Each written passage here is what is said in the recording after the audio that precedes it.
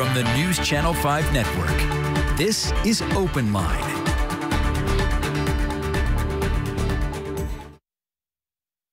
Hello, everyone. Welcome to Open Line. Glad you're with us tonight. We are talking tonight about one of the top news items out there, this summit between President Biden and the Russian President Vladimir Putin. This is a chance for you to call in. We want to hear your thoughts, your comments, whatever you're thinking here, your questions. And when we have a show like this, it's great to bring on our guests that we have. We have Vanderbilt Political Science Professor Dr. Thomas Schwartz. He is joining us via Zoom. Dr. Schwartz, thank you so much for being here. Well, thank you very much for having me on the program. So you've watched all of this coverage, exhaustive coverage, lots of coverage on this. I've seen it called a showdown. I've seen it called all kinds of things. Now that it's behind us, what are your thoughts? Well, I have to say, it's, to borrow a line from Shakespeare, it's kind of much ado about nothing, in the sense, and I don't mean that, I want to be careful on how I express that, but not a lot happened. You know, one of the commentators tonight on the evening news talked about the importance of face-to-face meetings and this idea that this is a significant thing, that these two leaders look at each other and shake hands. And I suppose on one level that is that they actually met. They never had any time alone together. They were always with aides and other people around them. Not a lot happened at the meeting, except that both could characterize it as constructive from their point of view. Vladimir Putin's a very tough adversary, and President Biden had requested the meeting, got a chance to tell him a few things about cybersecurity, about human rights. They decided to send their ambassadors back, or to have their ambassadors return to the Moscow and to Washington. And they said they would continue the dialogue on nuclear weapons, and maybe talk about cybersecurity as well. But outside of that, not a lot happened. Now, there are a couple of specific issues, the release of a couple of Americans who have been imprisoned in Russia. There's also the case of Alexander Navalny and his situation, the Russian dissident. So there are some things out there that were addressed, but not really solved or settled in any way.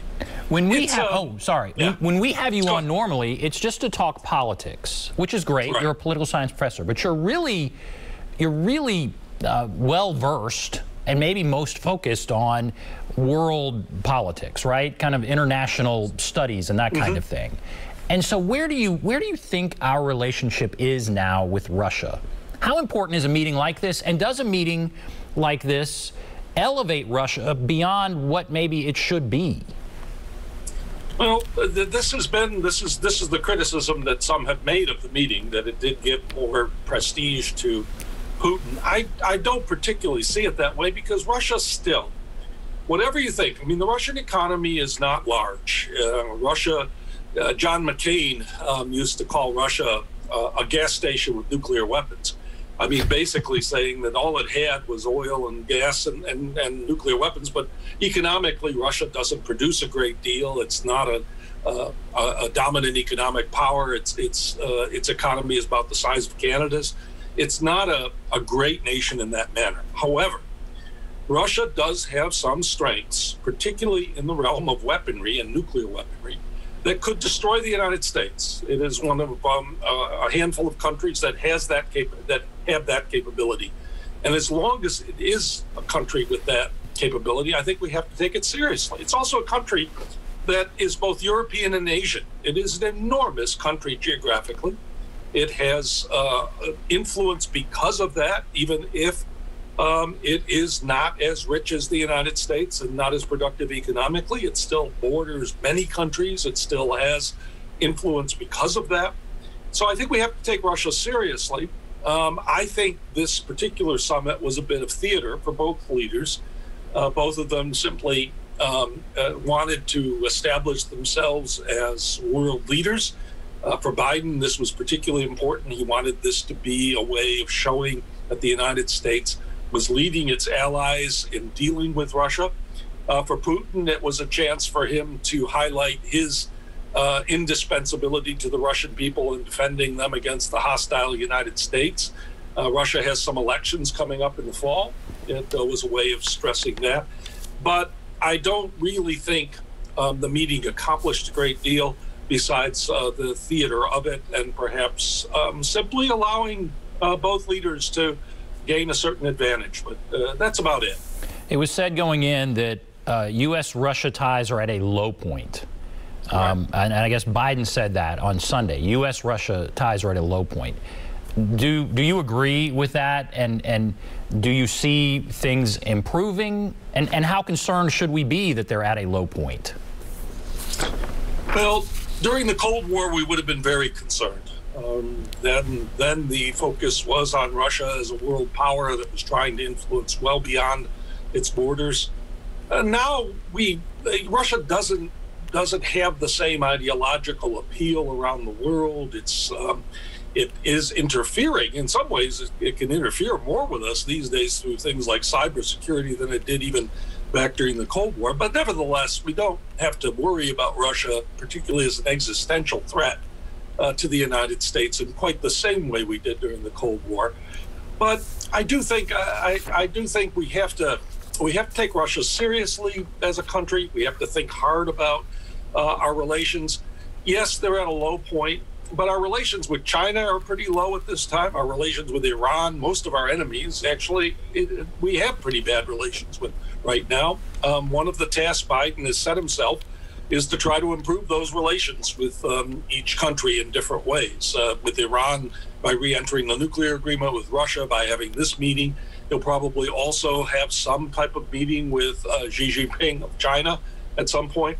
So I do think this is characteristic of our time, as we have a number of countries that are adversarial to the United States that the president has to deal with. Russia is one among them. It is not the only one. And you said earlier they did not, Putin and Biden did not meet alone. Certainly Trump and Putin did meet alone.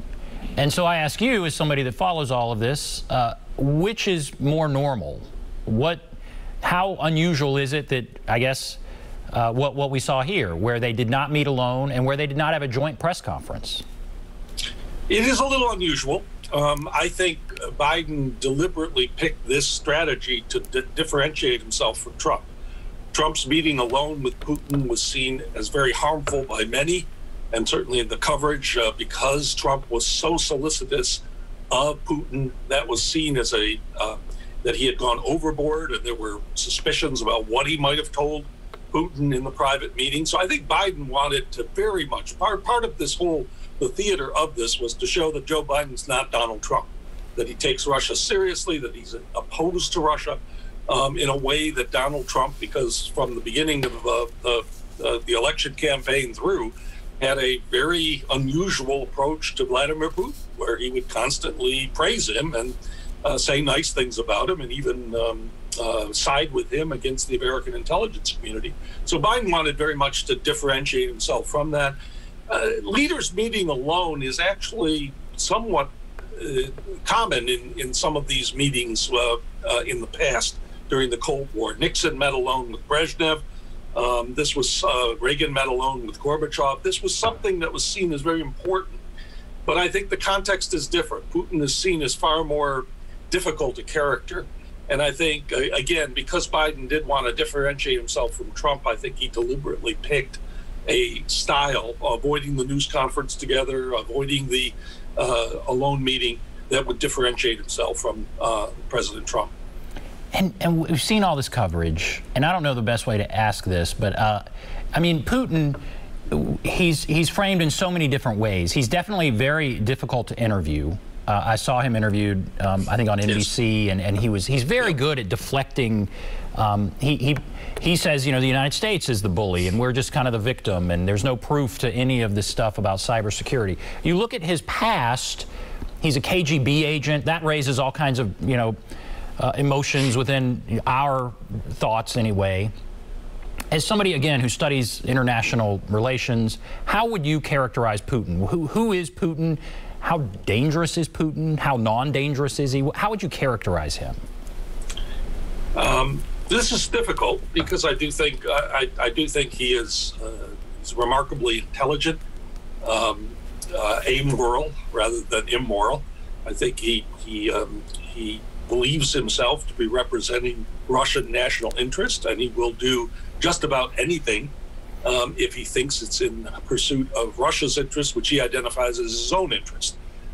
So he is willing, for example, to assassinate opposition figures, to crush dissent within Russia, to use all sorts of tactics as he did in seizure of the Crimea and Ukraine, to intervene in Syria, for example, on behalf of Assad. So he is a powerful, cynical figure. On the other hand, I think he is determined to remain in power, to basically to acquire additional wealth. He's probably, we have some estimates of how wealthy he is. One of the things that Navalny got in trouble was for filming an estate that he claimed Putin actually possessed, and showing how elaborate this was, so much beyond what the ordinary Russian would consider proper. So he's self-interested, cynical, power, recognizing that power is the determiner of relationships, but he can be, I think he can also be deterred. So I don't think he's irrational by any stretch. And so in that sense, I think he is going to push very hard on many issues with the West, but the United States has tools that it could use against him. So I think it's going to be a very difficult relationship with Russia for a lot of reasons, but I think Putin is a very rational figure. Biden has framed this trip around the notion of defending democracy in a battle against authoritarianism. And what do you think about that? He's an authoritarian, meaning certainly Putin is. And Biden has said he's worried for our democracy and some of the battles that we're going through internally. What do you think about his notion of defending democracy in a battle against authoritarianism and this trip?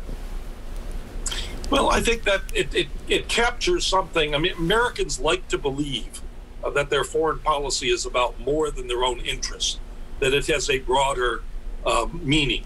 This goes back to Woodrow Wilson and believing that the war would make the world safe for democracy. You know, one of the things that President Biden did during this trip was sign a new Atlantic Charter with Boris Johnson. The Atlantic Charter is also a very idealistic document that was signed by Franklin Roosevelt, Winston Churchill, about their war goals. So I think this is rooted in American tradition, that our foreign policy should represent something beyond ourselves, that it should represent a larger ideal. And I think in that sense, what he's trying to do is frame the type of foreign policy he wants to implement, both with Russia and China, and also indirectly, of course, with North Korea, Iran, some other countries, but as one that reflects this ideal of showing democracy as opposed to autocracy of these other countries. During the Cold War, it was democracy versus communism. Now it's democracy versus autocracy. Not in a way, there is an echo there of trying then to engage the American people, engage their emotions, engage their beliefs in the type of foreign policy he's trying to pursue. So that's what I think this is about, although I think it's also a very sincere view of what Putin represents. Do you think that Russia can move out from under authoritarianism? Is that possible? I mean, we certainly remember Gorbachev, and he was talking about reforms and glasnost. Now, maybe he wasn't talking about getting out from under authoritarianism. Maybe it was just other stuff. But can Russia, does it want to get out from it? Can it get out from it? Could the United States and Russia truly hold hands and sing Kumbaya one day? That may be a long way off. Putin enjoys, even if we find it somewhat hard to believe, he enjoys a fair amount of domestic support. There are protests, there are people who are dissenters, but they don't have a lot of internal support outside of some of the cities and some smaller groups. So he is a secure authoritarian.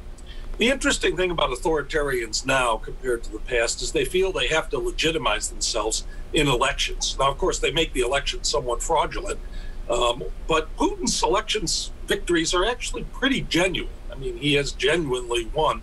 But of course, that's also within the realm of making it difficult for the dissenters to make their case heard around the country. But he does enjoy that support.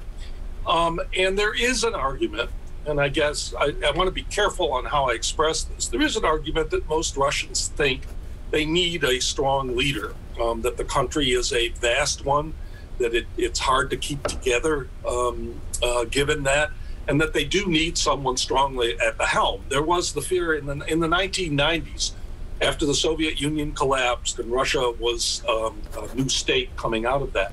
There was a fair amount of anarchy. The economy collapsed.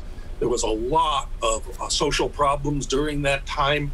And Russians felt that Boris Yeltsin and the leadership then was weak, and it didn't have control. There was civil war in Chechnya. There were other issues that came up. And so I think, in a way, some Russians appreciate Putin's strong hand, even if they might not want him to be as repressive as he is. Nevertheless, I think for the time being, it's unlikely that America and Russia will have much in common in terms of their democratic thinking, or that there will be, in that sense, a democratic revival in Russia that would, say, lead to a different leader. I saw Putin about to be interviewed one time on CBS News, and he was going to play hockey. And so the interviewer interviewed him right before he played hockey, and he said whatever he said, and then they did their story, and they came out, and the anchor said, and by the way, Putin scored 7 goals. So it made me think, who's going to stop him when he's playing hockey?